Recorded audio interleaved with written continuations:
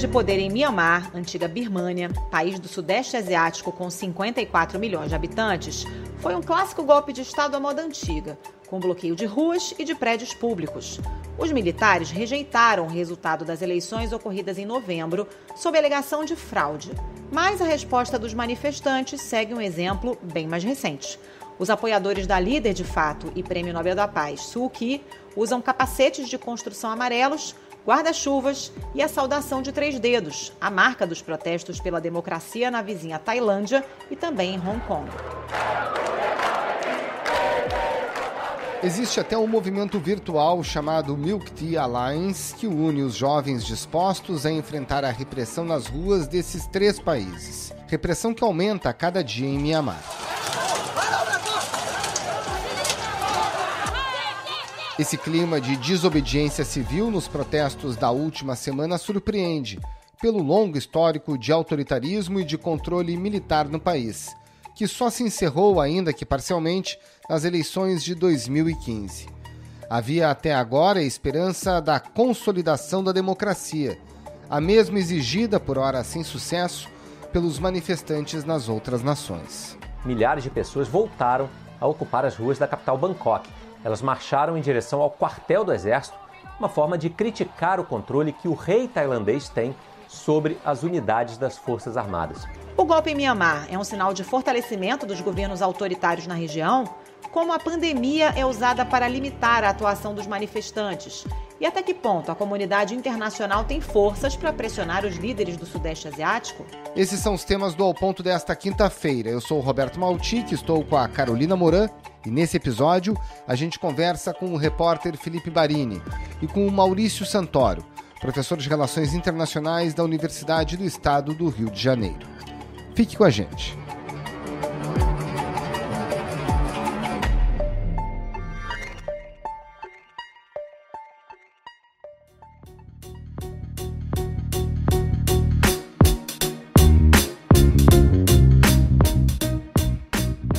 Felipe Barini, em que contexto o golpe de Estado ocorreu em Mianmar?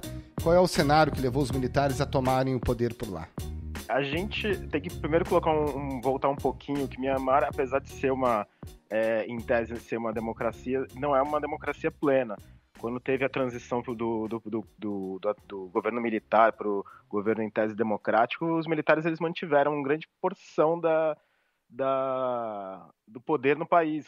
Por exemplo, tem 25% do parlamento o parlamento é controlado por militares, eles controlam 3 ministérios-chave, eles controlam tem uma grande rede de participação na economia de Mianmar, nas empresas estatais, ou seja, eles saíram do poder, mas não saíram tanto do poder.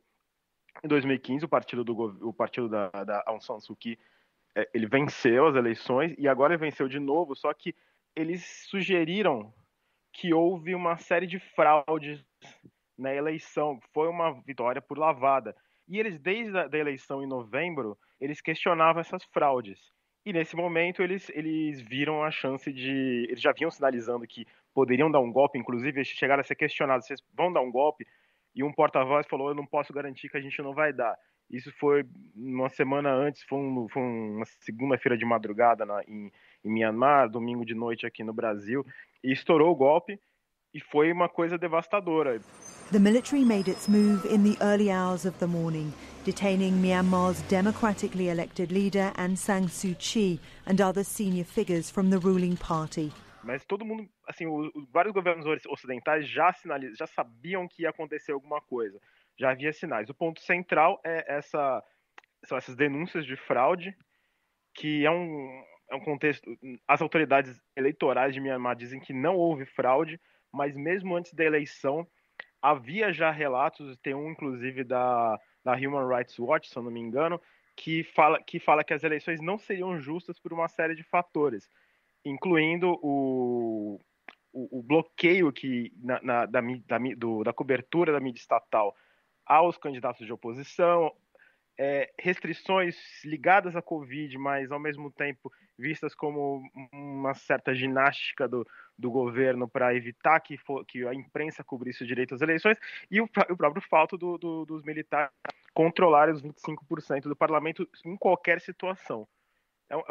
Foi nesse contexto, e agora parece que foi consolidado o que a gente pode chamar de golpe no sentido clássico, com prisão de líderes, prisão de oposicionistas, militares tomando conta do poder. Os militares eles também vão se beneficiar de 350 milhões de dólares que foi enviado dias antes do golpe pelo Fundo Monetário Internacional, que não há qualquer precedente para que ele seja retornado ao FMI, ou seja, o dinheiro está com os militares e vai financiar quaisquer ações que eles achem necessárias. Agora, Barini, Myanmar é, como você disse, um golpe clássico, né, com os militares tomando o poder, mas toda a região ali do Sudeste Asiático é formada por países que não são exatamente exemplos de democracias, né, à exceção talvez da Coreia do Sul. Quais são as semelhanças e diferenças? Como é que a gente pode comparar Myanmar com seus vizinhos, como Hong Kong, Tailândia, Sri Lanka, Filipinas, etc.? Myanmar tem um ponto assim que ele foi um governo comandado pelos militares por muito tempo, com uma posição que tinha apoio no exterior. Você pode talvez comparar com a Tailândia, que não é um exemplo democrático clássico. Sempre tem protestos contra. Tem o Vietnã, que não é uma democracia, o Laos igualmente. Você não tem tantos exemplos democráticos. Hong Kong talvez seria uma exceção, mas hoje já não pode ser considerada tanto uma democracia depois da aprovação da Lei de Segurança chinesa. O Escritório de Direitos Humanos da ONU expressou preocupação com a nova Lei de Segurança de Hong Kong. Segundo a ONU, a legislação pode levar a interpretações arbitrárias e violar a liberdade de expressão. Eu acho que a Ásia, o Sudeste da Ásia especialmente, ele não é um exemplo de democracias no estilo ocidental, vamos dizer, democracias plenas.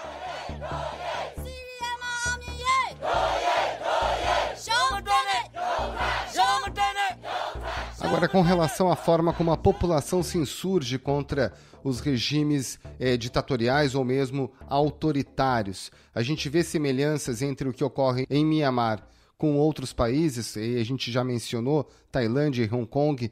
A gente tem uma história na Ásia, vou começar pela Coreia do Sul, que nos anos 80, 1988 especialmente, teve uma onda grande de protestos para a democracia que foram liderados pelos estudantes e conseguiram mudar o sistema político do país, conseguiram protestar, inclusive, contra a realização dos Jogos Olímpicos de 88, que assim como no Rio, eles tinham muitas questões relacionadas a retirada de pessoas de áreas de construção, de pessoas que ficaram desalojadas para a criação dos locais de competição. A gente tem também os protestos na Tailândia no começo da década passada, 2013, 2014, que eles estabeleceram um pouco alguns parâmetros de protestos, inclusive um dos símbolos dos manifestantes hoje em Myanmar são os 3 dedos, que são os 3 dedos juntos do indicador até o anelar, que eles são um símbolo que foi retirado do filme Jogos Vorazes, e eles foram replicados não só em Myanmar, eles também apareceram em Hong Kong, surgiram na Tailândia, foram usados pela primeira vez, eles são inclusive proibidos na Tailândia em atos oficiais. E tem Hong Kong que criou todo um método de protestos que obrigou a China a apertar o seu cerco contra um lugar que era, em tese, autônomo, dentro daquela política dois sistemas, um país, 2 sistemas. Tinha certa autonomia, mas hoje isso é mais conversa do que prática. Hong Kong está mais próximo de ser um território chinês, de fato, do que um território autônomo. Agora, Barini, sobre Myanmar, a gente já consegue visualizar um desfecho para a crise, porque nesse momento o que se percebe é um aumento do vigor da repressão, mas ao mesmo tempo um número cada vez crescente de pessoas nas ruas protestando contra o golpe. O que a gente pode esperar para os próximos dias? Acho que a gente tem que delimitar, tem que pontuar uma coisa aqui. O governo que foi deposto era um governo popular. Tanto que foi eleito por uma margem absurda de votos. A Aung San Suu Kyi, que ela é popular em Myanmar, ela ainda é uma pessoa venerada, apesar de que no Ocidente ela ter ter caído um pouco em descrédito, especialmente por conta da questão dos Rohingya, e porque ela se mostrou uma líder um pouco pouco democrática. Ela se vendeu como uma ícone da democracia, ficou presa por muitos e muitos anos, chegou a aparecer, ser celebrada por astros do rock. Inclusive, me vem muito à mente um clipe do U2, Walk On, foi gravado, inclusive, aqui no Rio de Janeiro, em que o Bono Vox ele aparece o tempo inteiro com uma camiseta da Aung San Suu Kyi, e no final do clipe aparece ela falando. Quando ocorreu a crise dos Rohingya, quando ocorreu um genocídio, segundo as Nações Unidas... A minoria Rohingya, muçulmana, que está sendo perseguida pelo exército do país, faz filas gigantescas em busca de comida. Ela apareceu para defender as forças militares do país, para defender as ações. Inclusive, ela colocou a cara em Haia, no tribunal de Haia, para defender as ações de Myanmar. Disse que talvez poderia ter ocorrido algumas ações ou excessos, mas não, isso colocou em descrédito. Mas em Myanmar, ela ainda é vista ela tem uma imagem bem positiva, mas por isso que tem tanta gente nas ruas. Tem muita pressão externa, já tem pedido de sanções internacionais. Eu acho que e a própria junta já estabeleceu que eles querem retornar à democracia. Agora, a ver o que eles vão querer para esse retorno à democracia.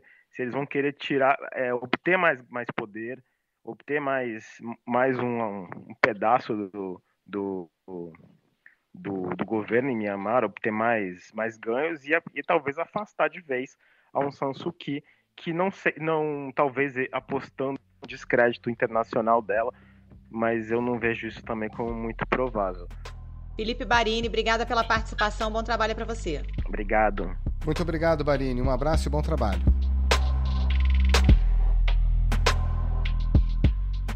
Professor Maurício Santoro, esse golpe em Myanmar, a gente pode dizer que é uma ducha de água fria para quem imaginou que a democracia poderia ganhar fôlego no Sudeste Asiático, que é uma região marcada pelos regimes autocráticos? Bom, eu diria que, na verdade, é parte de uma crise global da democracia, e que, enfim, hoje em dia ocorre também na Europa, nas Américas, e que também tem atingido a Ásia de uma maneira bastante significativa.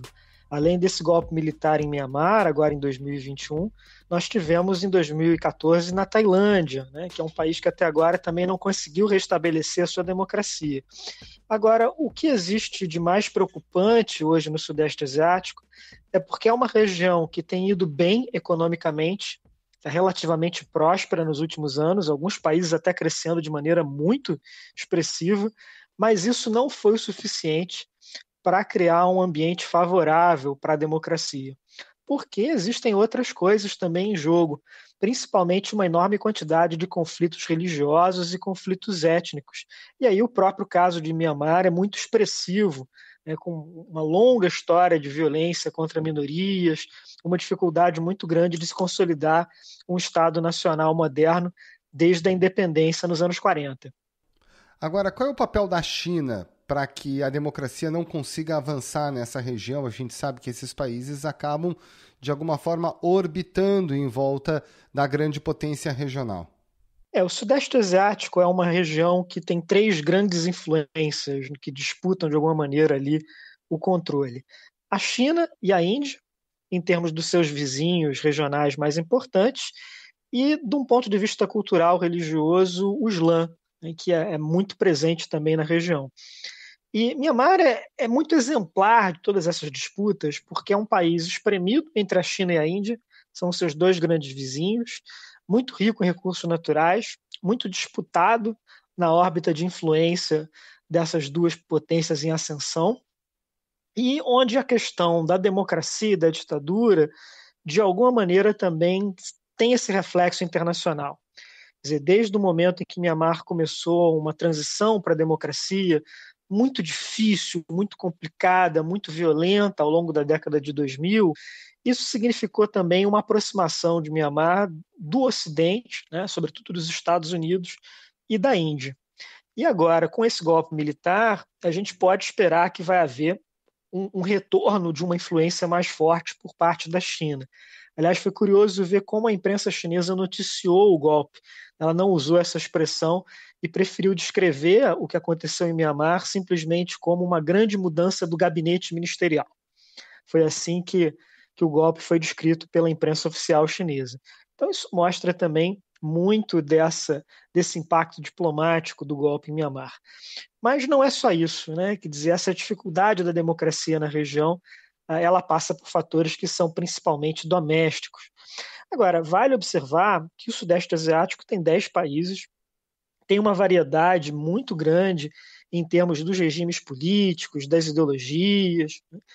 Então, a gente tem vários países democráticos na região, ainda que sejam, por vezes, democracias bastante turbulentas, como é o caso das Filipinas, da Indonésia. Né? Temos também regimes autoritários, como é o caso do Camboja, agora como, infelizmente, voltou a ser Mianmar. Então, quer dizer, há uma diversidade grande em termos do que são as naturezas políticas desses países do Sudeste Asiático. Na Tailândia, o governo decretou estado de emergência e proibiu reuniões de mais de 5 pessoas. Milhares de manifestantes desafiaram a proibição e protestaram nas ruas por democracia. O governo tentou acabar com 3 meses de protestos proibindo reuniões e também a publicação de notícias que podem afetar a segurança nacional. Maurício, em que medida a pandemia e as medidas de exceção serviram para sufocar qualquer tipo de manifestação democrática na região do Sudeste Asiático? É uma boa pergunta e acho que ela se aplica também à própria China, onde a pandemia viu também aí o enfraquecimento dos protestos em Hong Kong, que tinham dominado o cenário político chinês nos últimos 2 anos. E algum impacto certamente houve, né? Na medida em que há uma série de restrições para que as pessoas possam circular, na medida em que há também um cenário político e econômico mais complicado, marcado pelo medo, né, pelo medo da doença, pelo medo do desemprego, dos problemas econômicos. Tudo isso acaba sendo também um fator que pode explicar, em parte, essa dificuldade de muitos países em reagir. Estão acontecendo manifestações em Mianmar, estão acontecendo protestos em defesa da Liga Nacional pela Democracia, né, quer dizer, do partido que os militares afastaram do poder, mas é claro que tudo isso se dá num cenário bem mais complicado. E, infelizmente, até o momento, parece realmente que o golpe vai ser bem sucedido e que vai conseguir se consolidar no poder.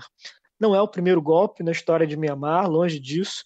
Desde a independência nos anos 40 é o 3º golpe, e desde os anos 60 praticamente o país só viveu ou em ditadura ou então nesse processo muito difícil de transição democrática dos últimos 10 anos, em que os militares continuavam a ser muito poderosos, muito influentes e acabavam também cerceando a possibilidade de ação, em muitos casos, das forças democráticas, particularmente no que diz respeito ao tratamento das minorias, onde no caso da minoria Rohingya chegou a ser um nível de violência, um nível de massacres que muitas pessoas estão classificando como genocídio, né?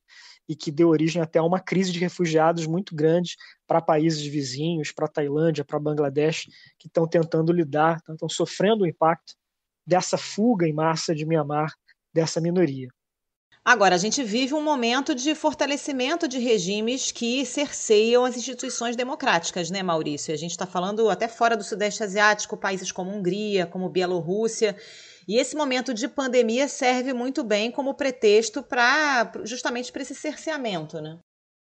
Sem dúvida, né? A pandemia sucede uma crise global da democracia, né, que foi muito expressiva na década de 2010, e com certeza a pandemia não ajudou em nada as forças democráticas em vários países.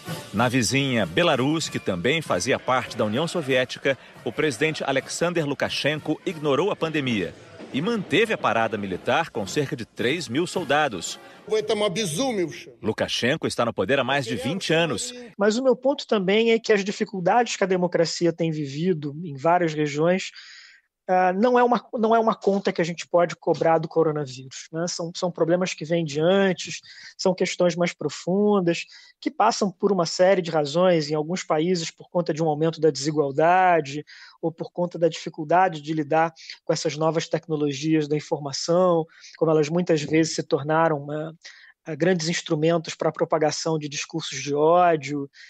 E no caso específico do Sudeste Asiático, um pouco disso tudo, como é o caso da Tailândia, no caso de Mianmar, principalmente tensões étnicas e religiosas. Maurício, com relação à reação da comunidade internacional, a gente conhece um receituário aplicado ao Irã, à Venezuela, que se opõe a grandes potências com as sanções.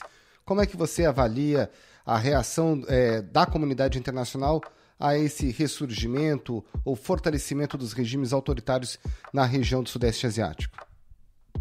Em geral, a primeira medida é a que foi tomada agora pelo governo Biden, que é classificar o que ocorreu como um golpe, porque a partir daí entram uma série de retaliações, principalmente suspensão de ajuda econômica, suspensão de cooperação militar e coisas do gênero. We will identify a first round of targets this week, and we're also going to impose strong export controls.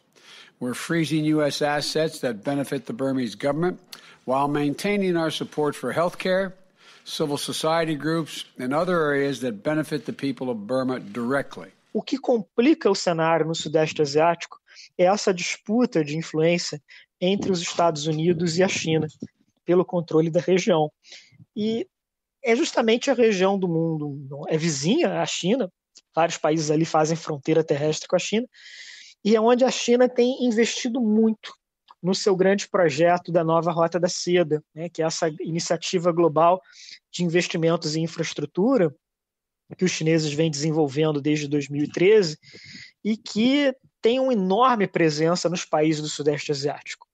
Construção de estradas, de ferrovias, de usinas hidrelétricas, de represas, enfim, uma série de grandes obras de infraestrutura. Mianmar está muito presente em todos esses instrumentos e é até curioso ver o que vai acontecer agora, porque, por exemplo, houve alguns grandes projetos de represas em rios que o governo democrático tinha suspendido. Eram parcerias com a China e que se avaliou ali que tinham impactos sociais e ambientais muito ruins, muito nocivos e que acabaram sendo congelados.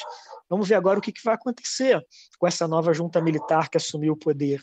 Tem uma possibilidade grande de que eles voltem a colocar em prática esses projetos com a China. E essa competição com os chineses também diminui um pouco a capacidade de ação do Ocidente, porque vai haver um medo muito grande por parte dos Estados Unidos de que, se eles pressionarem demais a junta militar em Mianmar, eles vão acabar abrindo mais espaço para a China para que ela possa exercer essa influência, para que ela possa consolidar o seu poder na região. Maurício, o Brasil aí nesse contexto de avanço de forças antidemocráticas no mundo tem motivos para se preocupar? É uma ótima pergunta, Carolina. Eu vou começar pelo Sudeste Asiático. No ano passado, em 2020, quase metade do comércio exterior brasileiro se deu com a Ásia, em torno de 48,5%. Esse é um número muito alto. A gente nunca teve nada parecido na história brasileira e mostra o quanto a nossa economia está se vinculando cada vez mais à Ásia. Claro que isso vai muito impulsionado por esse gigantesco comércio com a China, mas ele também está presente muito no Sudeste Asiático, que virou uma região extremamente promissora para o comércio exterior brasileiro. É uma área onde as exportações brasileiras estão crescendo muito, né? E esse comércio bilateral do Brasil com a região está na faixa aí de 20 bilhões de dólares por ano. Com a China está um pouco mais de 100 bilhões, então dá para ver como é uma fatia considerável do comércio exterior do Brasil. A gente tem pouca tradição brasileira no Sudeste Asiático, ainda é uma área um tanto quanto desconhecida para a diplomacia brasileira, para as empresas, para a universidade. Em geral, a porta de entrada do Brasil na região é Singapura, né, pelo seu porto excepcional, pela qualidade da sua economia, das suas empresas multinacionais, mas é um mercado muito promissor para o Brasil. Então, o que acontece em termos da crise democrática lá também é algo que interessa ao Brasil, como de resto essas crises na Europa e nas Américas, né? Quer dizer, quando a gente vê a democracia em crise no mundo inteiro, claro que para um país como o nosso, onde a democracia também é muito recente, ainda está criando raízes, né? é algo que faz a gente parar para pensar, a gente parar para se preocupar um pouco. Então, o Sudeste Asiático interessa para o Brasil, tanto em termos dessas perspectivas econômicas, né, de um mercado, sobretudo para o agronegócio brasileiro, quanto também para essas possibilidades políticas de um diálogo maior, de uma cooperação maior e das preocupações com a estabilidade da região. Professor Maurício Santoro, muito obrigado mais uma vez pela sua participação aqui no Ao Ponto. Um bom trabalho, um abraço. Valeu, Maurício. Obrigada. Eu que agradeço, Roberto, Carolina. Um abraço.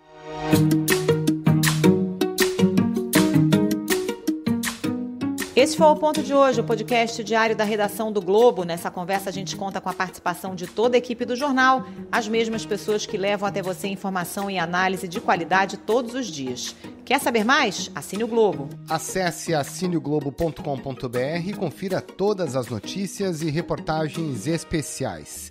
A produção é do Matheus Ruas e a edição é do Nicolas Witzel. Tchau. Até mais.